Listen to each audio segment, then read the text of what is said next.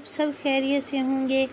आज हम बनाने जा रहे हैं गंदम के आटे से मज़ेदार सी रेसिपी। अच्छा, यहाँ पर कश्मीर घी मैं ऐड कर रही हूँ। आपको उन सभी घी जो भी आपको पसंद है वो ऐड कर सकते हैं। 2 चम्मच ऐड किए मैंने इसमें। अच्छा, 2 चम्मच ऐड करने के बाद मैंने इसमें से ना कुछ कम कर दिया था। मुझे महसूस हुआ कि ये जो है ज़्यादा हो गया है। तो अब मैं इसमें 2.5 चम्मच ऐड करूँगी आटा। गंदम का आटा है, कोई भी और आटा नहीं, वही आटा है जिससे हम रोटियां पकाते हैं, वही आटा है गंदम का आटा।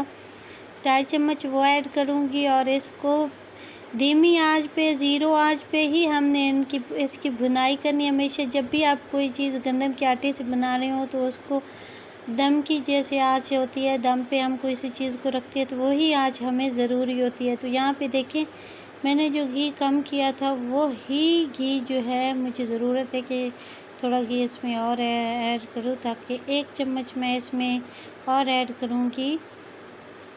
देख सकते हैं, खाने के चम्मच से ही नाप रही हूँ मैं। आप भी इसी तरह से नापा करें और इसकी हम अच्छी तरह से भुनाई करेंगे।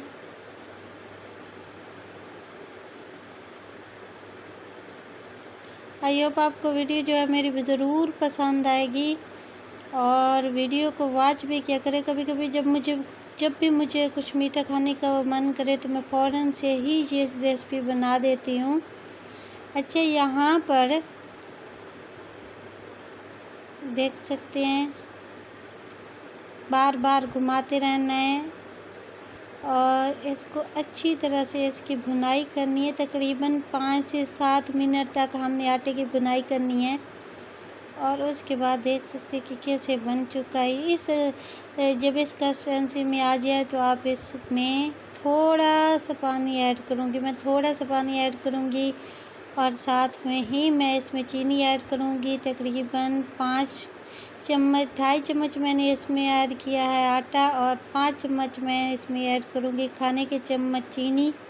अच्छा, मैं हमेशा से जब मुझे मन करे खाने का मीठे का तो मैं ज़्यादा मीठा खाती हूँ, तो आप जो है अपने हिसाब से कम कर सकते हैं। आपको तो 1 चम्मच ही काफ़ी होगा। सॉरी, मैं ज़्यादा मीठा खाती हूँ। मुझे तो सारे कहते हैं भी आप ऐसे ही चीनी खाया करो अगर आपको शौक़ है। तो यहाँ पे नमक, मैं हमेशा हर मीठी चीज़ में नमक ऐड करती हूँ, चुटकी भर, ताकि उसका जो टेस्ट है वो बरकरार रहे, उसकी जो मिठास है वो आए। और यहाँ पे जो क्रंची जब आप इसको खाएंगे तो चीनी जो ऐसे क्रंच क्रंच करेगी, बहुत मज़ा आता है। और इसको अच्छी तरह से भुनाई करनी मैंने। अच्छा, ये देखिए मेरे ज़ख़म, मेरे हैंड पे जो ज़ख़म हुए हैं, आप कहेंगे कि मैं रोज़ाना एक ही बात करती हूँ। मेरा ये मकसद नहीं है कि मैं आपको दिखाऊं कि मुझे यहाँ पे ज़ख़म हुए हैं।